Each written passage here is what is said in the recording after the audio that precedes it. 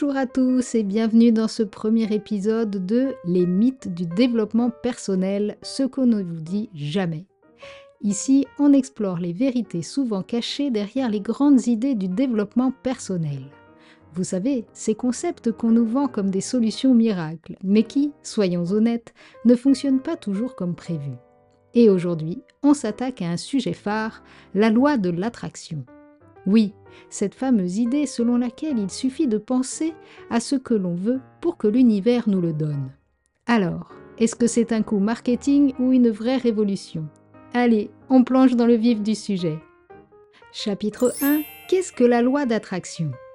Alors, qu'est-ce que c'est exactement cette fameuse loi de l'attraction ?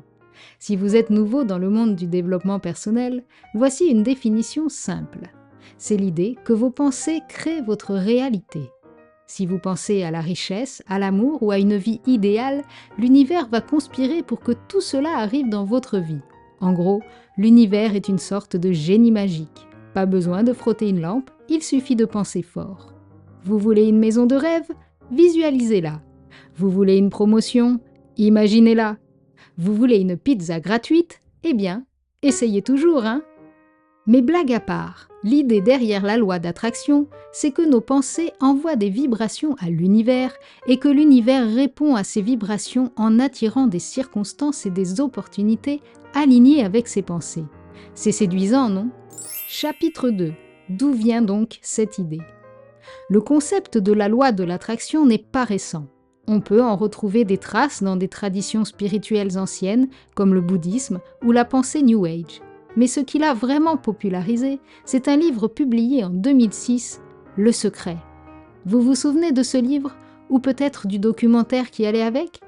Il promettait de révéler la clé pour tout obtenir dans la vie, simplement en y croyant. Le Secret a littéralement explosé. Des millions d'exemplaires vendus, des témoignages enthousiastes partout dans le monde. Pourquoi ? Parce que l'idée est simple et réconfortante. Elle dit en gros, vous avez le pouvoir, vous êtes aux commandes. Et honnêtement, qui n'a pas envie d'entendre ça ? Sauf que, il y a un petit hic. Quelqu'un un jour m'a posé la question, mais est-ce que ça marche vraiment ? Est-ce que des gens ont vraiment vu leur vie changer grâce à ça ?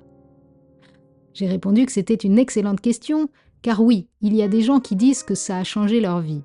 Mais la question est, est-ce que c'est vraiment grâce à l'univers ou grâce à eux-mêmes ? On y reviendra un peu plus tard. Chapitre 3. Les points positifs de la loi d'attraction.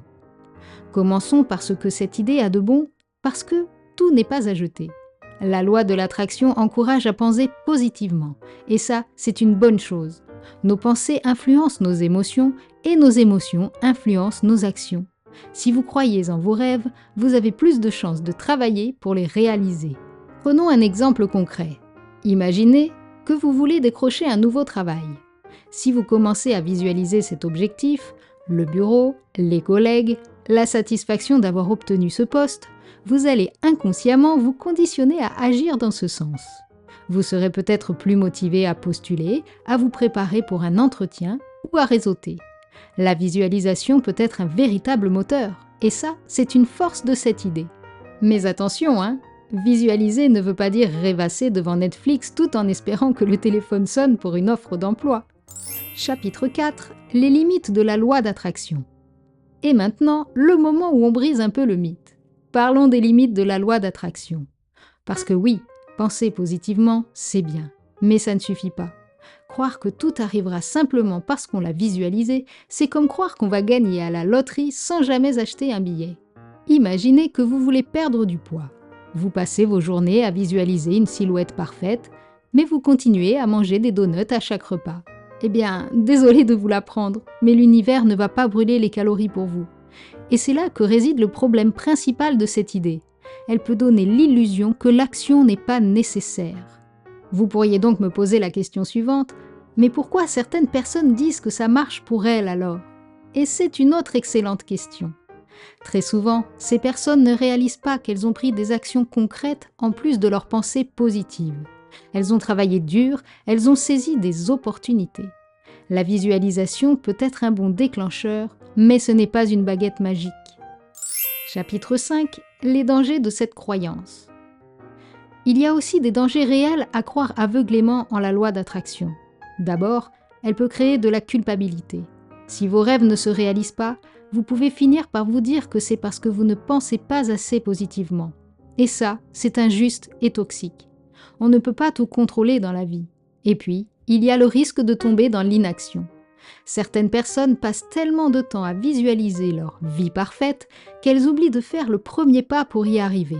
C'est un peu comme passer des heures à écrire une liste de courses sans jamais aller au supermarché. Alors, comment utiliser la loi de l'attraction intelligemment ? Comment peut-on utiliser la loi d'attraction de manière réaliste et efficace ? Voici 3 conseils simples. Premièrement, utilisez la visualisation comme outil, pas comme une solution. Visualisez vos objectifs pour vous motiver, mais associez toujours ces pensées à des actions concrètes. Si vous rêvez d'écrire un livre, commencez par écrire une page, pas par visualiser une séance de dédicace.